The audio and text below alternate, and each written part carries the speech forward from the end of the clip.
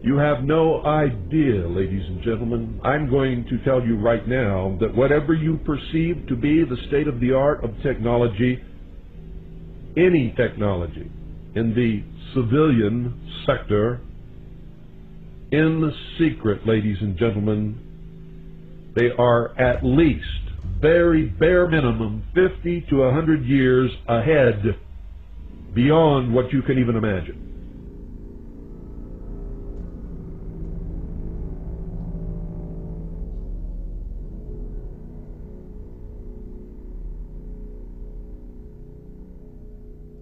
As I was talking to a supervisor at 8:46, we're like chit-chatting, and all of a sudden we hear, boom!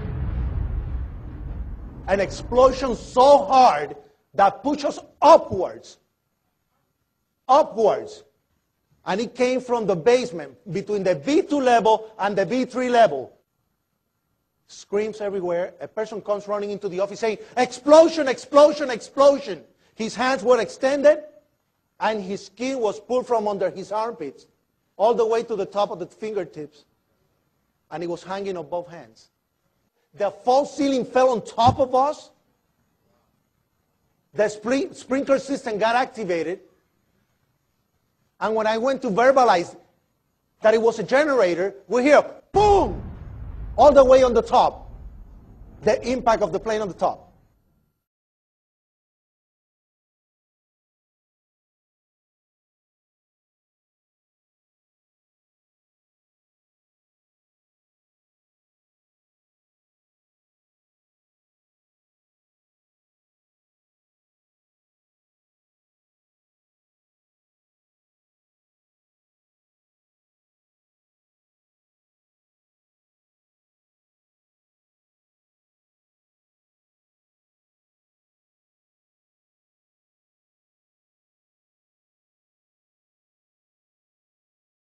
I looked down to my right, and the elevators exploded, something out of like a Bruce Willis Die Hard movie. People just come running out of the elevators on fire, fireballed. I mean, it was like, what is going on here? There's something's up here. I mean, the plane's up there, now there's fire down here. We got down to the lobby, and everything was blown out, exploded. Everything was, and we were the only ones in the lobby now. We're going, wait a second here. But for every window in the lobby to be exploded, I mean, them windows were like as thick as forget it. They were 2-3 inch glasses, you know, come on. They exploded out of the lobby, you know, something, it wasn't from the jet fuel. No way. The elevators exploded, they were down from the lobby. The lobby was over here. That should never have happened. Something would happen there, and that wasn't. We came down, it looked like a bomb went off in the lobby. There was no fire, it just looked like a bomb went off.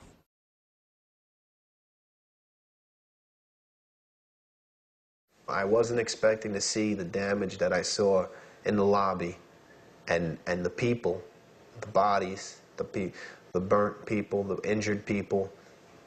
I really wasn't prepared for that. I go in, and I hear screams, and right to my right, there is 2 people on fire, burning. I just didn't want to film that. It was like, no one should see this. Pfeiffer was the first chief into the building. Right away, a guy from the Port Authority told him the damage was somewhere above the 78th floor. But all you had to do was look around. It was obvious. Something had happened right there in the lobby. You just saw that all the windows were blown out. The lobby looked like the plane hit the lobby. There were some casualties. There were several people with their hair singed, skin hanging off.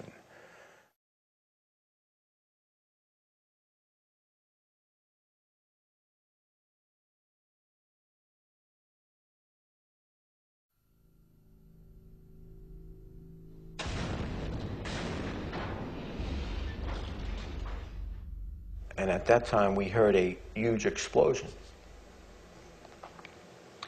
And we immediately dove for the stairs. Get back into the stairs. Let's get back into the stairs, because I had seen what happened in the lobby with the elevator being blown out. I said, if there's another explosion, what I feared, I never in a million years feared those buildings coming down. Never. I did fear secondary explosion or possibly a second plane.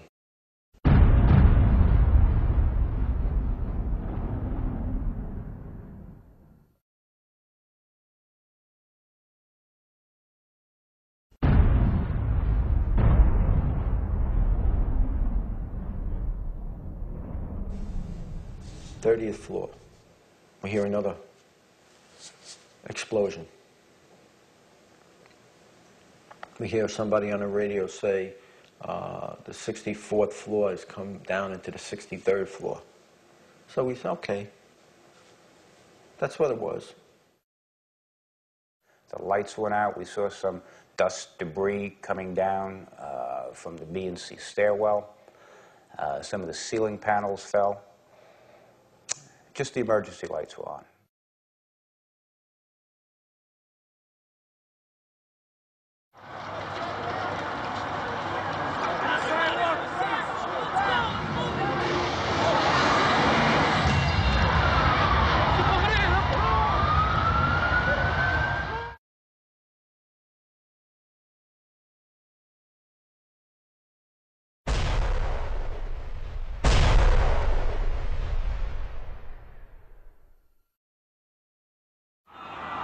Oh my God!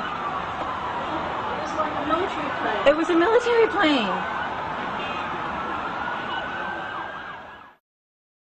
The ball of fire that came flying out of that one was even worse than the first one. And we were standing there and I said, I can't believe this. And sure enough, there it was, another plane. The plane wasn't no airline or anything. It was a twin-engine, big gray plane.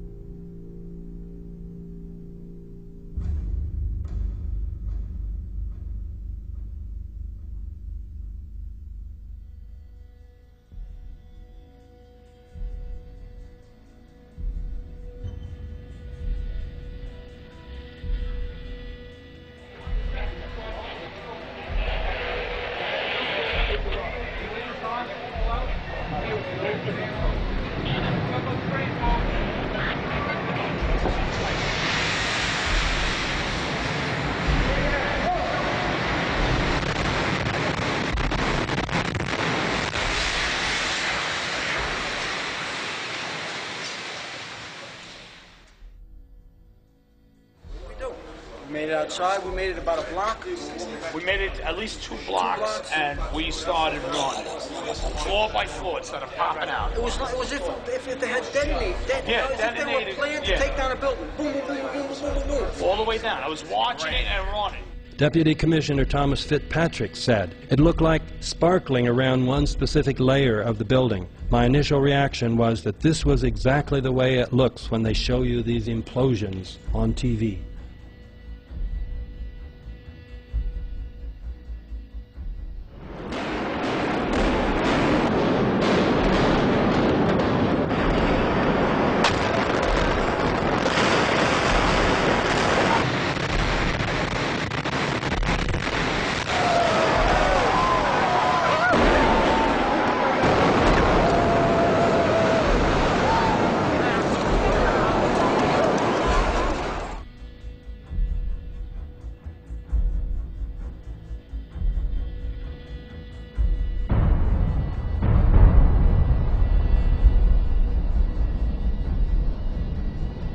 A cross-section from the World Trade Center, weighing approximately 300 tons, was embedded in the southeastern corner of the American Express building.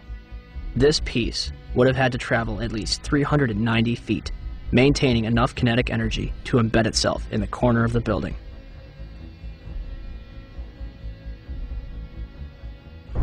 Jetzt bricht übrigens der zweite Turm zusammen. In diesem Moment bricht der nördliche der nördliche Turm des World Trade Centers zusammen. Wir können nur alle hoffen, dass alle Menschen aus diesem Turm evakuiert sind. Es gibt kein World Trade Center mehr. You have two 110-story office buildings. You don't find a desk. You don't find a chair. You don't find a telephone, a computer. The biggest piece of a telephone I found was half of the keypad, and it was about this big. The building collapsed to dust. Anything I've ever seen like that, I've seen collapses and demolition buildings, but nothing like this was unbelievable. Like I said, there wasn't a door, there wasn't anything to be found. It was all disintegrated, all rubble. Concrete was small little pieces, not even slabs. No desk, no furniture, no computers, no phones, no anything. So I imagine the people were the same as the building, nothing left. Well, first of all, these are not puffs of air, they're pulverized building materials. And they occur at 160 to 200 feet, some of them, per second. These velocities are propelled by explosives.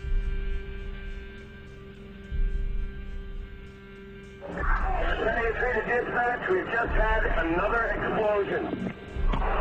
Warren Street, because of the secondary explosion. We've got numerous people covered with dust from the secondary explosion.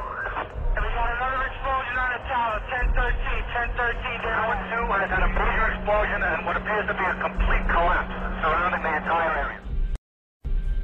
How long after that first plane hit did those elevators blow out, would you say? Oh, we were in there for maybe 5 minutes. 5 minutes and the elevators exploded on us. Yeah, we said something's wrong, yeah.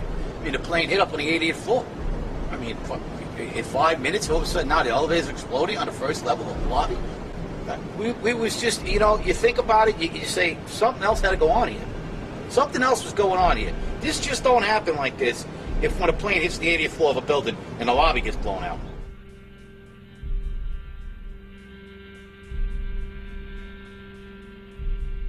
You want to call your mother or something? You gotta get back to me. You know that. You gotta get back. All right? Don't worry about me. You need to make calls right now. And the whole time you hear him thum, thum, thum, thum, thum. So, I think I know an explosion when I hear it. I was real close to Building 7 when it fell down. That didn't sound like just a building falling down to me while I was running away from it. There's a lot of eyewitness testimony down there hearing explosions. I didn't see any reason for that building to fall down the way it did, and a lot of guys should be saying the same thing. You know, we heard this sound that sounded like a clap of thunder.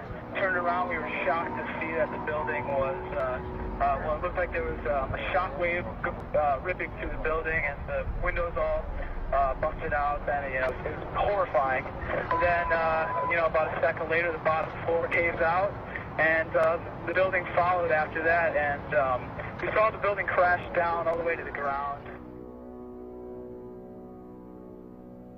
Captain Karen DeShore said, somewhere around the middle there was this orange and red flash coming out.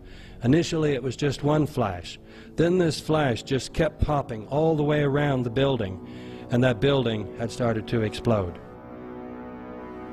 After 9/11, the air at the World Trade Center site was extremely toxic, containing many times the safe level of asbestos and many other dangerous particles. Although this was known, the White House ordered the EPA, the Environmental Protection Agency, to tell the people the air is safe to breathe. The EPA followed this order. As a result, many of the 40,000 rescue and cleanup workers wore no protective gear. So experts have predicted that